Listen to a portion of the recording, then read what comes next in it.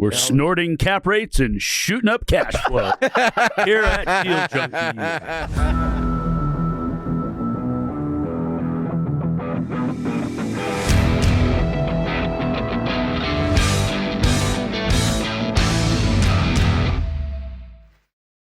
Welcome back, Deal Junkies. We're back in the SMI studio.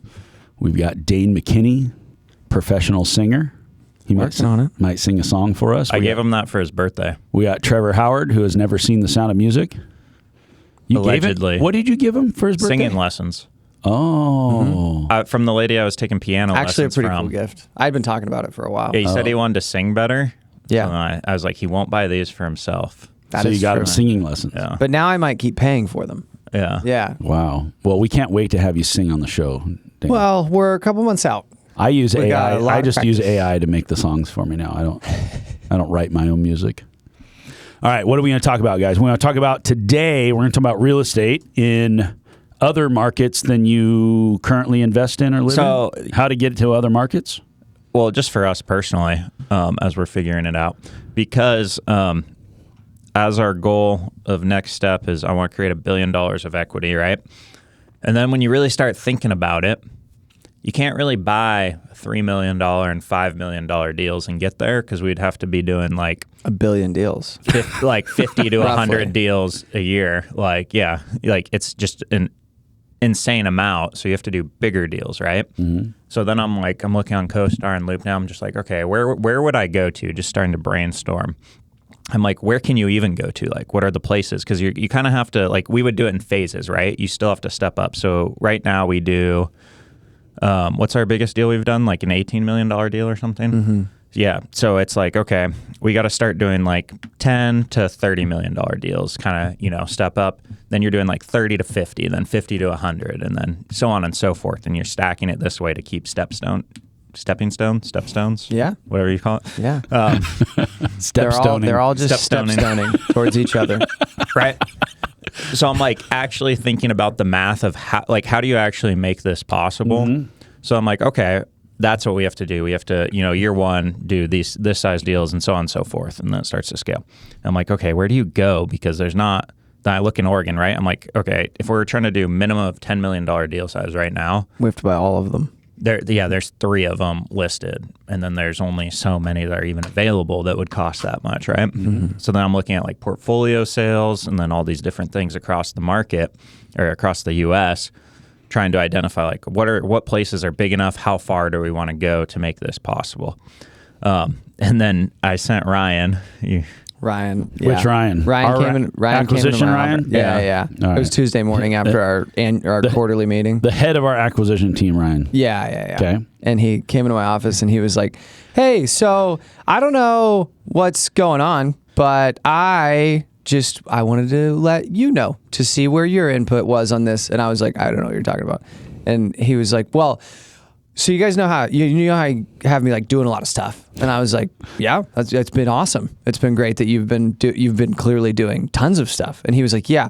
So Trevor is sending me deals in Oakland, California, and I was like, well, and he was like, are we moving to? And I was like, well, we were talking about doing deals in like different markets, but we hadn't really decided the markets. Go back and listen like 50 episodes ago, we interviewed the guy from Oakland, and he told us how bad Oakland was. Who was that?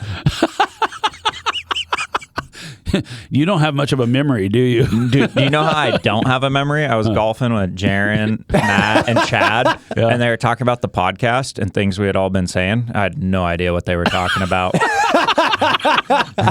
We need to upgrade his RAM. Can we? No, just the hard drive.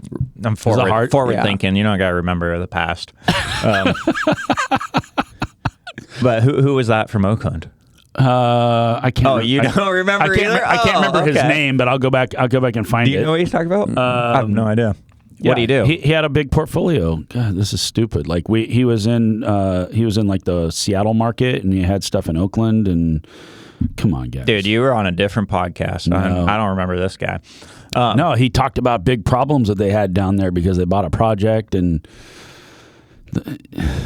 gosh. Sounds like a good episode. We've done too many episodes now. If we can't even remember this, we'll go back and find. Not good. Carson, sorry, Mr. Oakland. Use AI and go back and find who we interviewed that was talking about Oakland. Okay, but why I sent Ryan the Oakland? So I was doing this just thought experiment of where could you go, right? And obviously California, it's the biggest state, has a bunch of stuff. So I was just clicking around like all over the U.S. looking at stuff and what it looked like, what cap rates it was trading at, what price per door, and all this, what it rents for. And I see this thing, I click on it, and it's the most unique listing I've ever seen. Did you read the description? Ryan didn't send it to me. No, that's why I sent it to him, is because it was like, most motivated seller you will ever meet. 9 cap right now. Must sell. This project must sell. They will do whatever. Like, it was the craziest thing. I was like, that's so funny. Sounds like a deal for me. Why do you think that it became a deal? Oh, because it's distressed. But those are our favorite assets. But I was just like, this is the craziest listing I've ever seen. That's so I sent funny. it to Ryan. All right, that's funny. Never mind. Yeah. No, it's not one of those. Really? Yeah, you're wrong. No one came from Oakland. I'm not wrong. It was from your Facebook. By the time this is over, he's going to find it. He'll play the clip. But so yeah, that's my idea. And then what I came down to is I think how you actually do it. So we need to be doing like $10 million deals plus. So going back to your philosophy is you want to do more deals, bigger deals, but the only way to do that is you have to grow your footprint out of your actually hometown. Not more deals. I don't bigger think. deals. Bigger deals. You're probably doing less big deals. Yeah.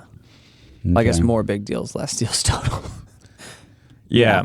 And I don't think it's like you don't go pick like we're going to transplant ourselves in the East Coast necessarily. It's more so like organic growth of like we're already going to Washington, and then it's like you slowly expand here because you can more naturally do it and build your systems out a little easier, and then your like brand awareness, I think. So that's my question is what makes it easier to go to one state away instead of 5 states away? Well, I don't know if it would be that hard. I It's the operations perspective of depending on what deal type it is, right? And like how heavy of a value add. But like Mark is like third party building stuff across the country too. So like we can do it.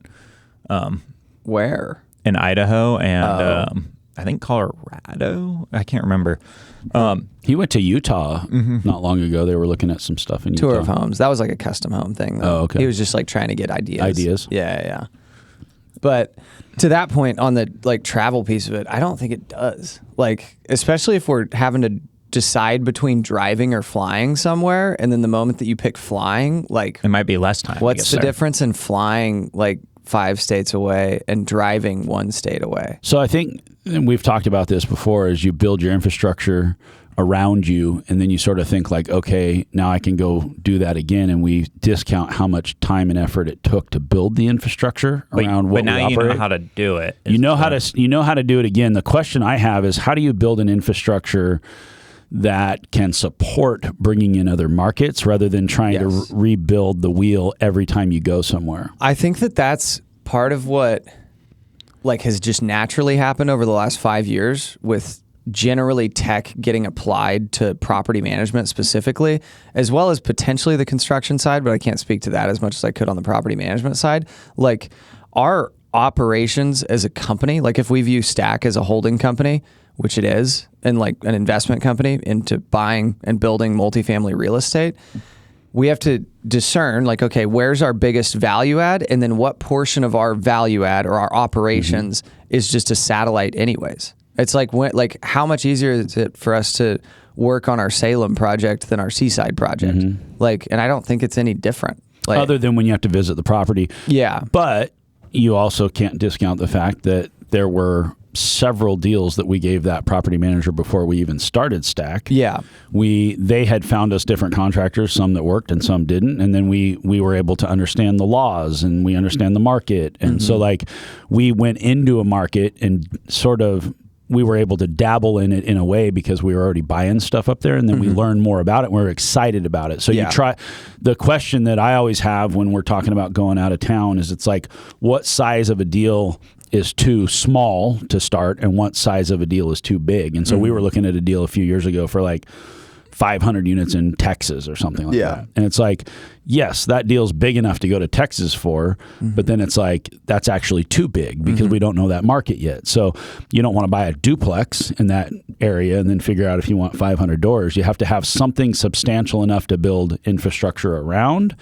And then you can decide, like, we don't want to go into the 500 unit project on day one, but maybe we want to pick up a 30 or 50 door in that market, try it out, see if we can build infrastructure around it. If we can, and we like the market, then start growing from there. Well, I think it's finding you like the markets first and then going to those markets and spending some time there and learning about them too. So and I hope that we can have Aaron Stickney on.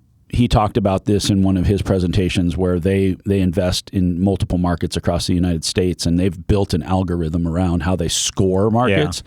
Rather than asking the algorithm to tell them which market to go to, they go around and for whatever reason, they've pinpointed the markets that they might be interested in, and then they rate them through the algorithm. And he said they have 800 data points that tell them how to get to this score. And he actually came to Salem. He picked Salem. Salem scored one of the highest on their list as an emerging market for the type of project they want to build. This fit all the criteria for over the next 10 years. This is where they're going to want to be. So it's a very thought out thing. Some of it's a little bit throwing darts at a dartboard because you're kind of like, well, you're predicting the future. It's like when somebody tells me, like, I had a friend of mine go like, hey, let's go buy.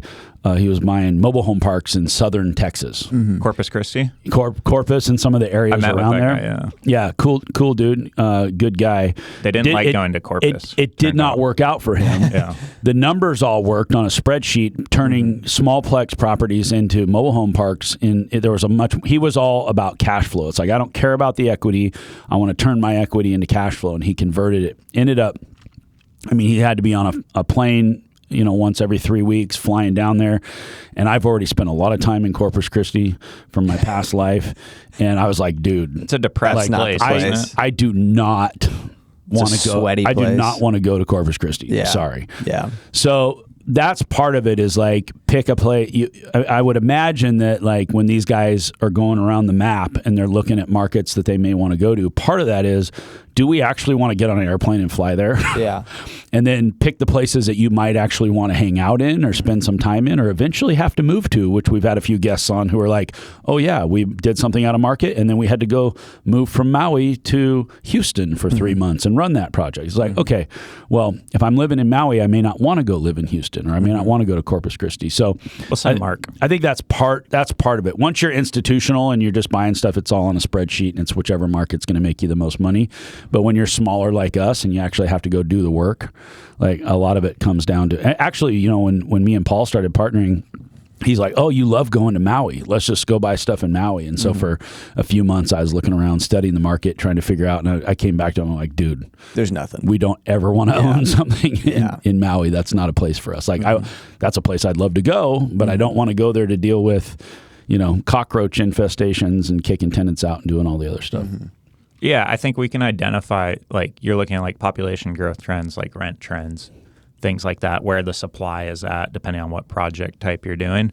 But doing these bigger projects too, you don't have to worry about as much, I think, about the operations, because you can have an on-site manager too. Well, now you got to worry about an on-site. How do you get an on-site? Yeah, and well, if you're going to a big enough on-site? Yeah, and depending on the market size, though, you're going to have a lot of PM options. Yeah, and that's unless we're going to like tertiary. The institutional players oftentimes will hire a national PM firm that knows that can place employees in those markets, and then they can deal with one company that manages their stuff throughout the country. But you like the idea generally, or dislike, or? I think it's the fastest way to go out of business. So you don't like the idea? Well, I think it's probably also the only way to get to your goals. So you have to weigh out the risk versus reward. So the main risk you see is in operations. 100%. Yeah.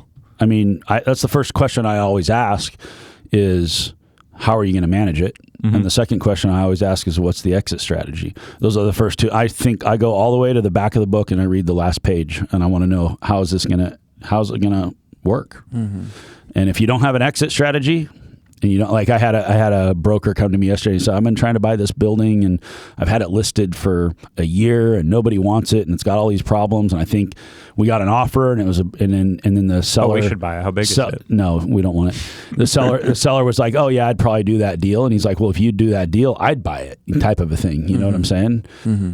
And then my first question was, well, if the market doesn't like the deal now, why is the market going to like the deal when you own it? Mm-hmm. Like to me, when you're thinking about your exit, if maybe it's just overpriced or whatever the case may be, there might be nothing wrong with the building. But that's my first concern is I'm buying something that nobody else wants. Well, then that means I might never get out of it if I want to get out of it. But getting out of stuff isn't that fun. Sometimes you have to. Sometimes you do have to. But now we're learning enough lessons from doing enough deals where you kind of can foresee those things going forward, which makes it better. Well, my thought would be like if you're going to try to grow $1 billion worth of equity, it starts with planting a seed. Mm-hmm. And so if this is what we always talk about, taking money out of a slow horse and putting it into a fast horse. If you got money sitting somewhere where it's like, that this $1 million of equity in Oregon might only be $2 million in equity in 10 years. But if we move that $1 million of equity to Florida, maybe it's 3 or 5 or whatever the case may be. And so you're looking for growth. You're looking for markets and if it's already been growing, I think this is the problem you see in the Sun Belt is like it just blew up so fast that everybody went there. It's like it didn't take a genius to see that Texas and Florida were going to blow up. Mm-hmm. But then everybody's there. Mm-hmm. You go to Seaside and nobody's built there in 30 years, but we own a bunch of buildings there and we have 0% vacancy. We're like, oh, that market needs some housing. Mm-hmm. So I think our competitive advantage anyway in being in some of these small markets is we can go build something in a town nobody's ever heard of. And it can be a small market and we can knock it out of the park. It's harder to raise capital. It's harder to get lenders. It's harder to build it and all the other stuff. And the fact that it is harder is actually protection for us because it means we're not going to have as much competition. So I think you have to be super, super cognizant. The other thing is if you're building stuff, like it's a good old boys club and every market you go to has, they've got their people within their community that they're okay with building. And then the outsider comes in to build and they're like, we're going to put a roadblock up at every turn and we're going to make this as hard as it possibly can be. So I've never wanted to partner with developers or builders in markets where they didn't have like that person has dinner with the mayor. They are connected because if you're not connected, good luck. They will wipe you out. Like cities claim to be pro-progress and want housing and all the stuff, but they want it for their people, their constituents, not for the outsider. Mm-hmm. Does that answer your question? I think we should do it. I mean, strategically.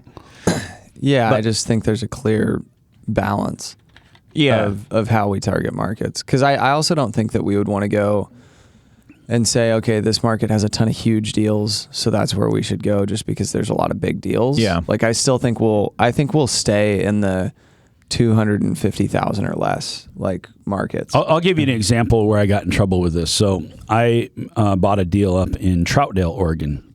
It's not very far from here. I can drive there in an hour and a half. I understand Portland enough and I can manage it. I can do all the stuff.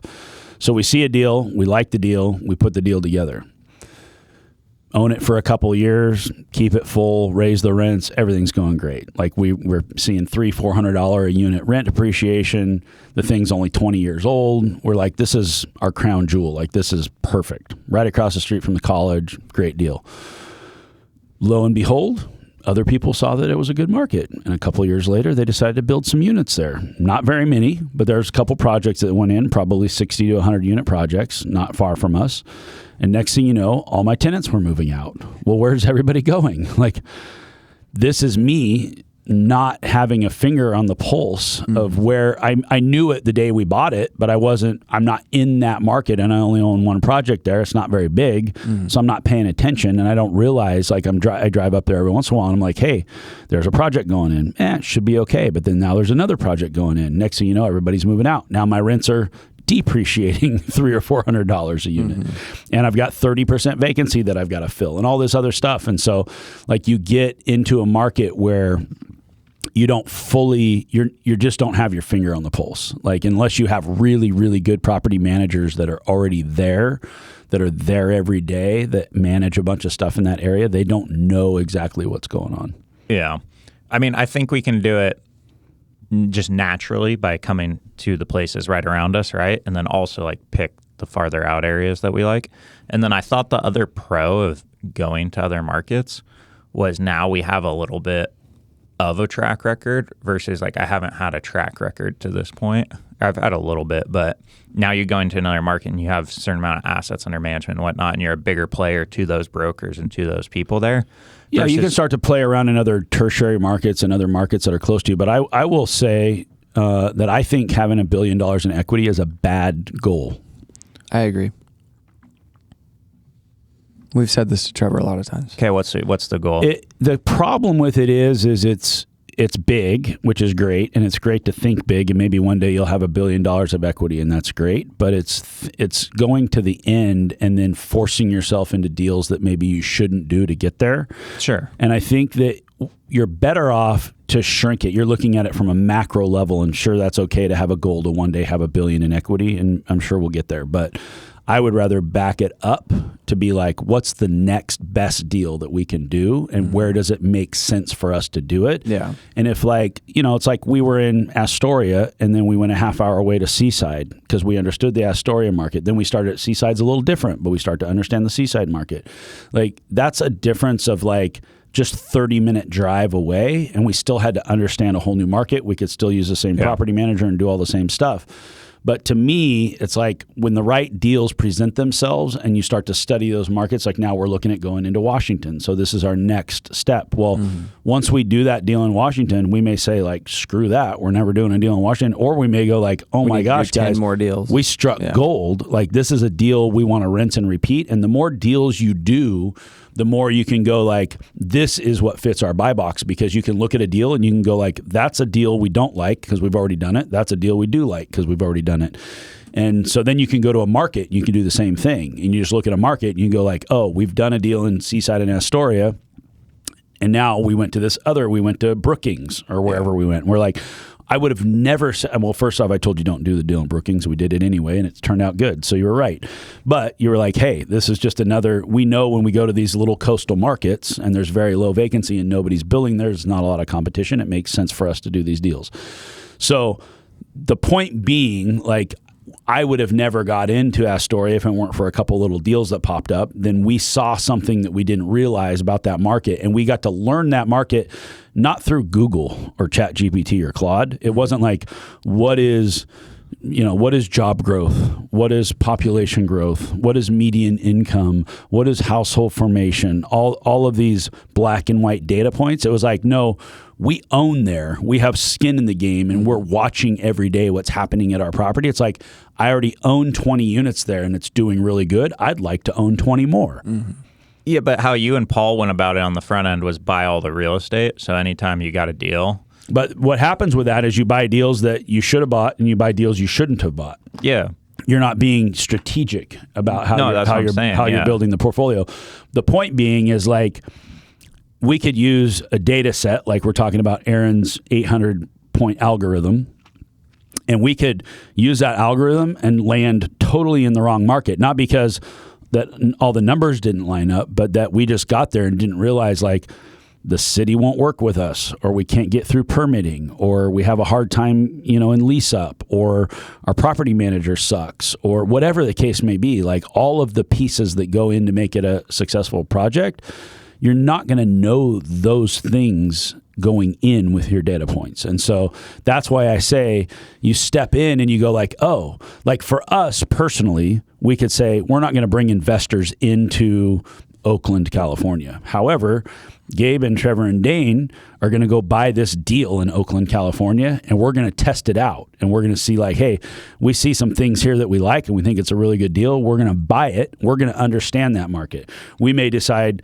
based on what we found, we love this and we want to go do more. And now we have the confidence to raise capital, go do something in that market because we are pros in that market. But you're not a pro there just because you looked at LoopNet or you looked at ChatGPT or you did whatever you did to get there. You become a pro in that market by having skin in the game and operating in that market and seeing all the real brain damage that comes along with it.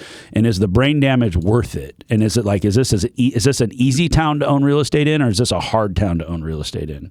And you don't know that until you get there. So you don't want to start too big, I think.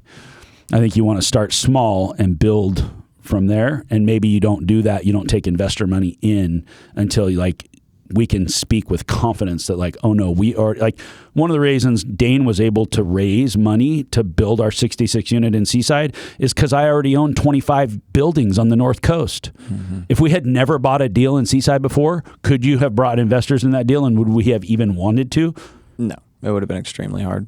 Because we had set the precedent. It wasn't, you guys didn't say, oh, I can raise the money because I went on to Google and it told me that job creation and income and population and blah, blah, blah. You guys could go, you should do this deal because we just built another one in Astoria and it's 100% occupied and we're getting higher rents than we thought we were going to get. And this market is performing well for us.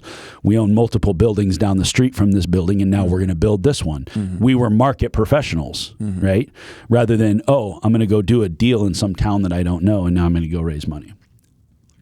So what should the ultimate goal be? Because I think the ultimate goal is that, and you have your You're already doing stones. it. You're already going to Washington. You're doing the biggest deal we've ever done if we do it. And I think to his point, the goal should be, how do I do the next best deal? Not like, how do I get $1 billion of equity?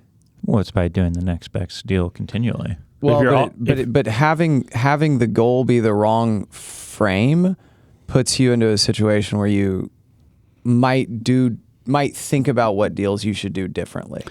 The other thing I'll say is you can build a portfolio with $1 billion in equity, and it could make your life really, really, really good, or it could be a portfolio with $1 billion equity that makes your life really, really, really bad. Yeah, I'm assuming I want a really, really good life more than I want $1 billion in equity. Yeah, I'm assuming we apply these things we've learned from doing deals ourselves, what we've seen Paul do, what we've seen you do, and other people around us, and we're like, okay, I'm not going to risk it all to do this, but this is the direction I'm going in. And then I have these key metrics I'm trying to meet within each deal still that don't cause stress to my life because we've done all these different deal types. And the point being is that you go in with your own money, you take your own risk, and it's not a deal that's going to wipe you out if it fails.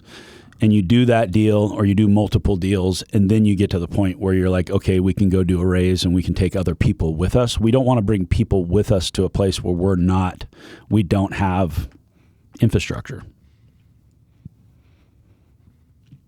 There's infrastructure everywhere. But we can go there. You can risk all your money. It's fine. We lose the deal. We just want to make sure it doesn't wipe us out. It's no big deal, but we just don't want to wipe other people out. Yeah.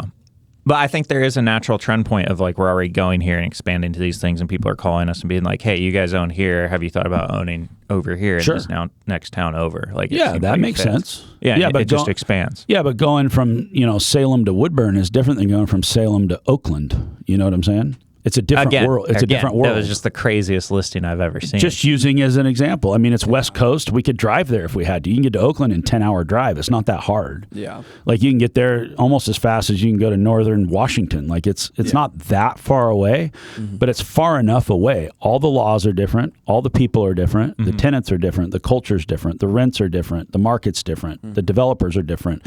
The people that you're competing with are different. Everything about it is different. It's a building, yes, and there's tenants that want to live there. Great. That's the only thing that's the same. Everything else is different. I think we should go to Oakland.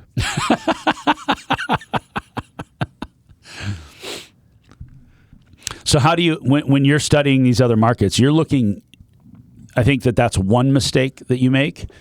And I'm not talking about you specifically, but I think the average person, and I deal with, so brokering deals, I had this conversation a million times where somebody was like, hey, I want to get out of the West Coast and I want to go to the Midwest. Well, why would somebody want to do that? They want cash flow because we're in a coastal state where it's easy to push appreciation. It's hard to get cash flow. Well, I want to take all this equity that I built, makes sense, and I want to make it do something for me, which is put cash in my pocket. So I'm going to go sell all my smallplex in the Willamette Valley. I'm going to buy mobile home parks in Corpus Christi. Perfect example, right? By the way, I don't think that ended the way he wanted it to end. I think for a little while it may have given him what he wanted. Next thing you know, he's got vacancy, then he's got manager problems, then he's got no staff, then he's flying to Corpus Christi. Now he's got to live there. Now he's got to take care of stuff. Now things are going bad. Like, the last thing you want to do is go buy something that ruins your life. Like, and we're in a position today to where we never have to buy another deal as long as we live, and we're totally set for life. That's a great place to be. We don't have to buy any deal. We should not exit that place. We should not exit that place. Stay in that place. Yes. It's not what I'm suggesting. Now I've become the brake pedal. Yeah, normally You guys are kind of being downers. It's not a downer.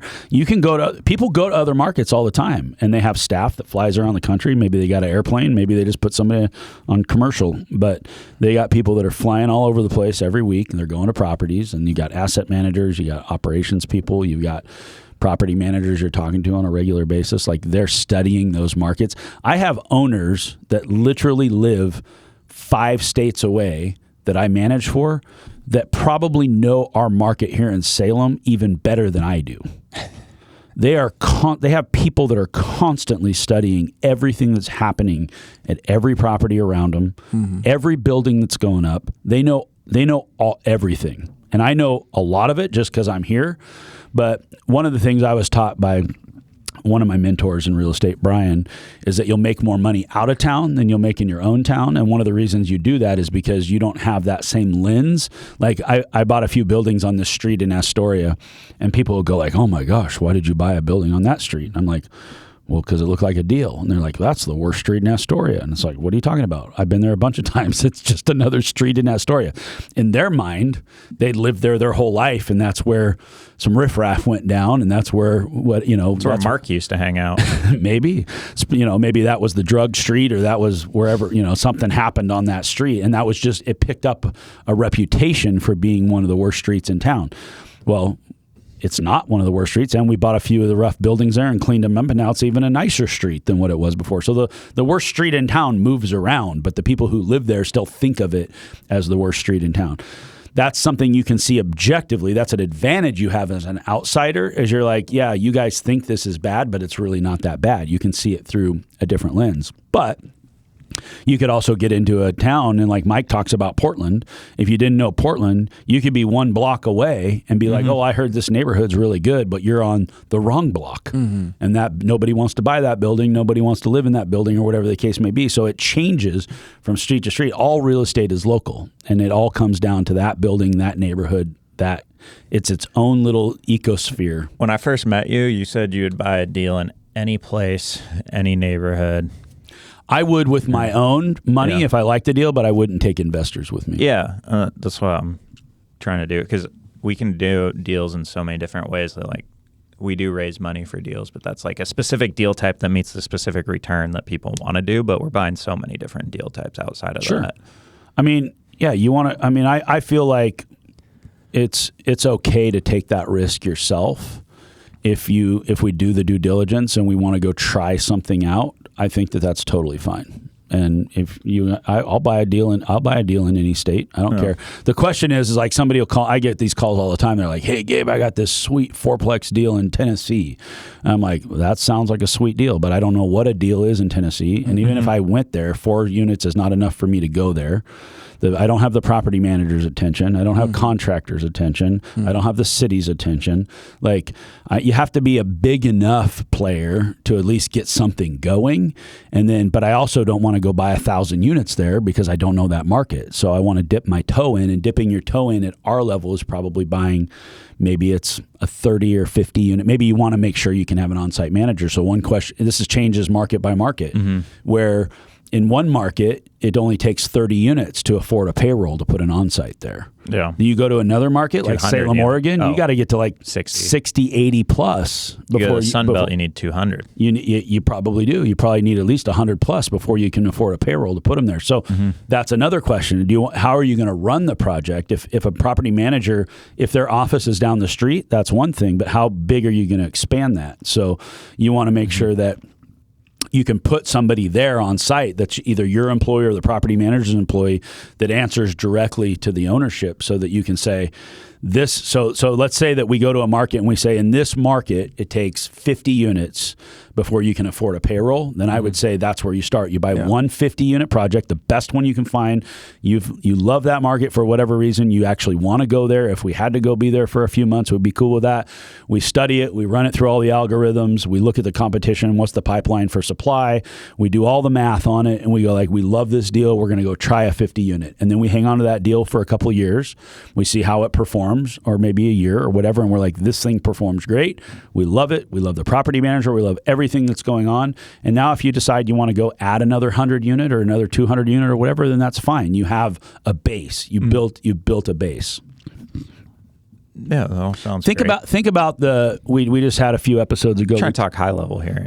We talked about Brandon Turner being the face of a developer who wanted to do a really big project in a town that both Brandon had not invested in and the developer had not built in.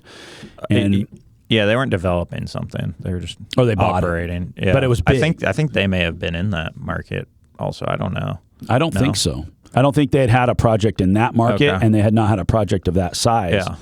And so they did the exact same thing you're talking about doing right now. Difference is they raised $15 million or whatever they did to go do that deal. And then the deal went south, and then it's like, okay, if a deal goes south, if one of our deals goes south in Oregon, go south though.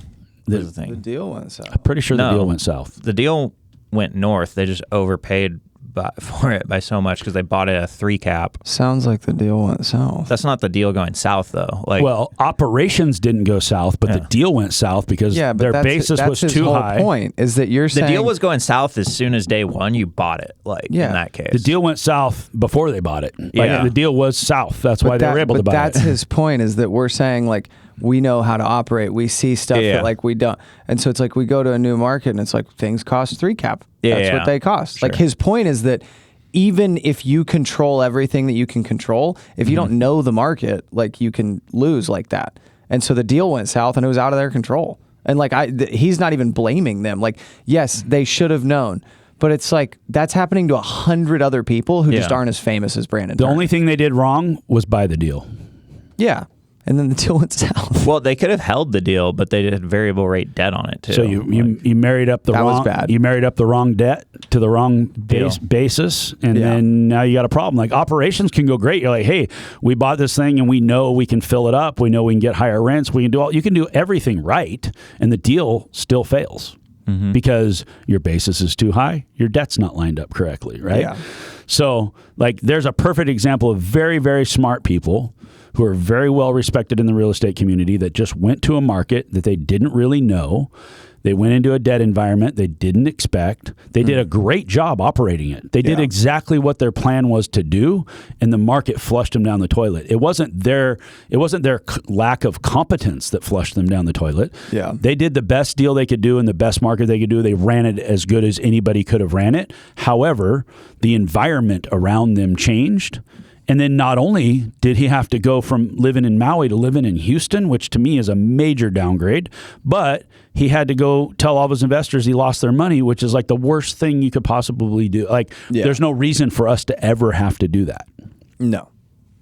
I don't ever want to do it. No, it sounds awful. So don't ever do it. I think not getting 3-year debt is probably the biggest like variable 3-year debt. Yeah. Yeah. Oh yeah, it was instantly variable. I forgot about that. So it wasn't even locked for 3 years and then variable. They just extended, but it was variable the whole time. Yeah, that's a bad deal. Well, that's a bad debt. And so looking in it now, we can look at their mistake and say, oh, we don't want to make that mistake. So how do we not make that mistake going forward? I think there's a few key points. Is one, we don't partner with somebody we don't know and don't understand we have to vet them all the way. We have to vet the market. We have to understand all of the downside risk that's involved. You have to bake in all the stress tests that rates could go up, things could change, people could move out, they could build another project. Just because your pipeline for supply, by the way, just like my Troutdale example, little deal. I mean, for me, it was a big deal at the time, 41 units. I was like, that's a pretty big deal. There was no pipeline for development. There was no units there, and vacancy was nothing. I bought a deal there. I'm like, of course I'm going to do fine. We're going to keep the thing full all the time. And then 2 or 3 years later, they built a couple of big projects down the street from me. How was I supposed to know that was going to happen? Did I? Bare dirt. Should I have? I bet you didn't look at the supply line before you bought that. There was nothing coming. Did you look? Nothing. You looked? Nothing. No way. Yeah. No, I didn't look. But I did. I think I don't remember exactly what due diligence we did, but You there knew were. nothing You was did being no due built. diligence. I knew nothing was coming Yeah. anytime soon at the time that I bought it. But 3 years later, it went from being like, oh, it's a project I don't even think about because it's just 100% full and it's always fine, to one day now, why do I have 30% vacancy? All my tenants are moving out. What's happening?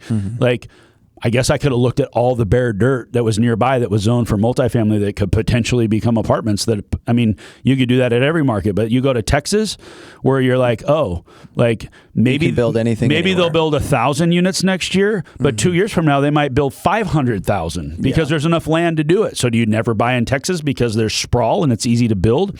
I don't know. You look at urban growth boundaries.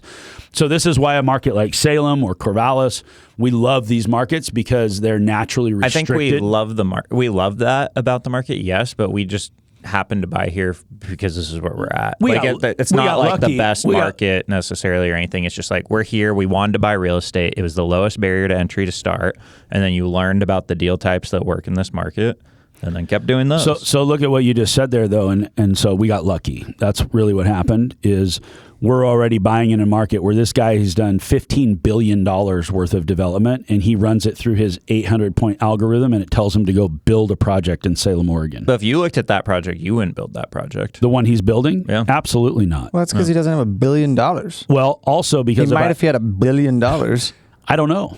I don't either, because I don't have $1 billion. I can't make decisions as though I have $1 billion because I don't have $1 billion. But what he's doing, we've got pretty big players in our area in Oregon that could build that project that didn't or won't. No. Well, because they didn't get big by doing those things. That's all he's ever done. Yeah, it looks all small he's ever to him. done is $1 billion projects. No, he's been doing it for 30 years, and I thought he was doing all like town scaled up through just freaking swinging a hammer all the way to buying smaller stuff and then going bigger and bigger. And bigger. I didn't hear his story. You made it sound like he'd done a bunch of these projects. He has now. Yeah. Oh, he did. Yeah, I think he said he did $5 billion just last year in development. So, and this project, by the way, is like 500 million or something. I think it's like $350 to $350 million. I think Phase it's one, $350 project cost phase one. My point being is to the local players. This is the point where you'll make more money out of town. The local players would have never put $350 million down on Front Street in Salem, Oregon. They would have just been like, but that's Front Street and it's Salem. And it's the worst street in Salem. Well, it's got the homeless population living right across the river from you. You got all these things. Like, we're so close to it. Like, if we had $350 million to go put somewhere, that would be the last place we ever imagined that we're going to go add 600 or 700 doors to, right? So we would go look at some other place that we could put that money. But he identified the market we live in to go build that project. Yeah, that thing's insane. We would just go build 3-story walk-up everywhere we could on the outside of every town. So this is where the $1 billion in equity thing is, to me, a bad thing, because we should go from... I'm trying to give you $1 billion and you won't take it? I'll take it if you have it. No, the point I'm making is, like, we got comfortable in building. We built a 28 unit. We built a 66 unit. We built another 66 unit. We're going in our stages the same way that he did over the course of 30 years. The point is, Trevor wants it now. The next deal is not we go to another market 5 states away and build a $500 million project. The next deal is, where do we go build 100 units? That's within our... What do you think I'm saying? He's so frustrated. This episode's been driving Trevor insane. I'm pushing back on you, Trevor. That's great. Thank you. The problem is Trevor can't see the $1 billion in the fact that, okay, we're moving very quickly and we're doing what we're doing well, and we can continue to step outside of that a little bit at a time. And one day we will be doing $100 million deals, and it won't seem like a big deal because we've already done $100 million deals. I think we're about to. We're getting close. Yeah. So once you do it, now you're like, okay, I did it, and I did it in this market, and here's why it worked. I understand it. Yeah. We have all of the like data points to say why we think we're going to be successful on this one, but it may not be successful. So we'll find out. It'll be successful or it won't. And then we'll know why it was successful or it wasn't. And now we'll have our own algorithm to go like, oh, we liked that deal for these very specific reasons. And now when we look at another market, we're looking for those exact same things. When I'm buying a building today, I don't look at that building in a vacuum. I go like, oh, this reminds me of this other deal I did. And I've already done this deal. And this is how we did the deal. Here's how we operated the deal. Here's how long we held the deal. All of it makes sense because I've already done it before. And I have deals that I bought that I would never buy again. So when somebody brings me a deal, immediately I go, nope. I've seen that one before. I've done that. I don't want it. It's not my deal. Somebody else can take it. Okay. So to conclude, we should invest in other markets. Cool. Thanks, guys. Just not Oakland. This comes up about every 6 months. Did you ever find our Oakland guy, Carson? You can't find it? I don't think it doesn't exist. I'm gonna have Claude go listen to every one of our episodes and find it. It does exist. I can't believe we're so bad at remembering our guests. This was a really good one. Seattle and Oakland. That is just not ringing a bell. Nope. All right. Maybe I dreamed the whole thing. All right. So if you're thinking about other market, and I think that this is an interesting conversation for the new investor who's trying to figure out where to invest. Do it at home. Like, if you have the opportunity, even though if you're looking at wherever you're at, try to figure out how to make money in your own market because you don't realize when you have a problem, you don't realize you know somebody that can help you solve that problem in your market. And when you go to another market, you do not know somebody there that can help you solve your problem. Yeah. People everywhere want to make money. The easiest place it is for you to make money is where you know the most people. Yes. There's a reason that nobody is buying that Section 8 house that you want to buy in Alabama. Don't buy the Section 8 house in Alabama. Buy it in Georgia. Trevor's been studying markets. Trust him. Dude, Alex Lawson is doing it over there. That's true. Killing it. There are people. Jan, like they buy mobile home parks across the country in these markets. He's got it figured out. They buy, but they have a very, very, very specific 250,000 MSA and a bunch of other stats that I can't remember. Yeah.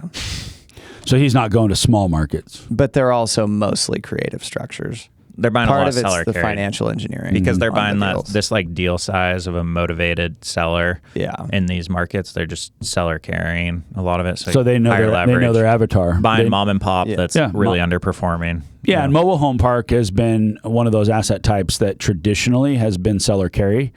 Yeah, because they used to not be financing.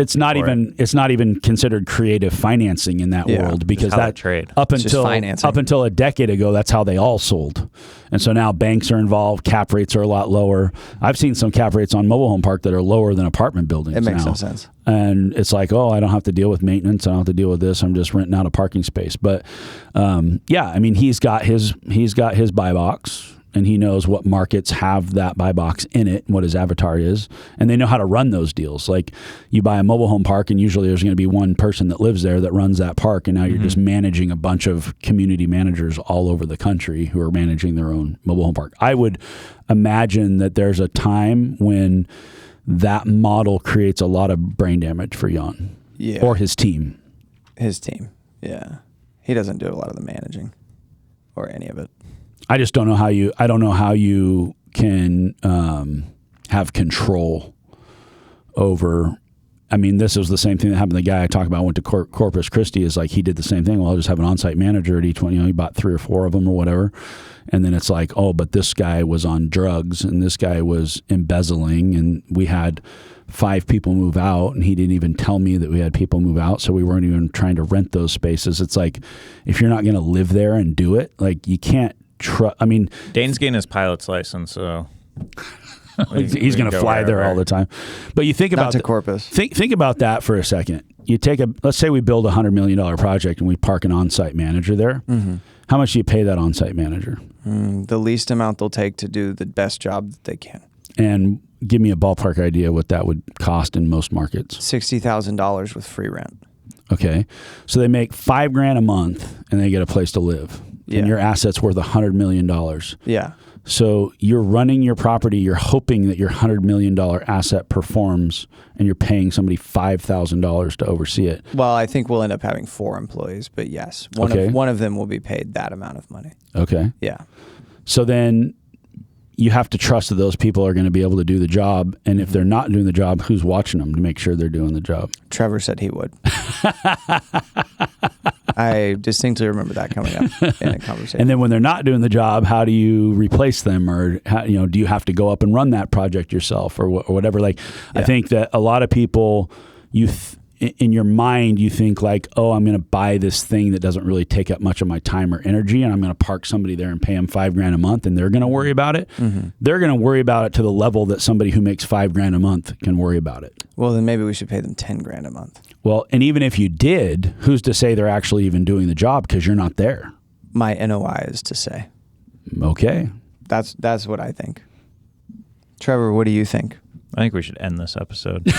Trevor fell asleep 2 minutes ago. All right. So maybe I don't know. My first advice would be don't leave your own market. My second advice would be when you're ready to leave your market, go somewhere close enough to where you can use your competitive advantage to be successful in the market that you're going to go into. And if you're going to go way outside, if you're going to go reinvent the wheel, I would do it in something big enough to where you can build around it and don't go so big that it can be something that wipes you out, because your chances of getting wiped out on the deal out of town is much higher than your chances of getting wiped out in your hometown. However, when you're talking about making money and building $1 billion worth of equity, your chances of making money are also higher if you go out of town, because you're looking at that market objectively and you're not paying attention to some of what the locals are looking at. Every builder and developer in the North Coast is looking at our project right now going like, well, if I would have known that, I would have built it. All 3 of them. All 2 of them. But they didn't. They didn't. Because they're like, if I don't want to take that risk. Now they see that we do it. Now maybe some other people do it. We'll have some competition. We'll see. I hope not. I hope not. All right. We're going to wrap it up. All right, Deal Junkies. Hey, if you want to book a call with Trevor so he can tell you how to go out of town and buy deals and lose all your money, go to dealjunkiespodcast.com and please share us with someone you love. We're trying to get this information out to the world, so hopefully it's of value to you and you're making more money and doing more deals because of it. We love you guys. We'll see you next time.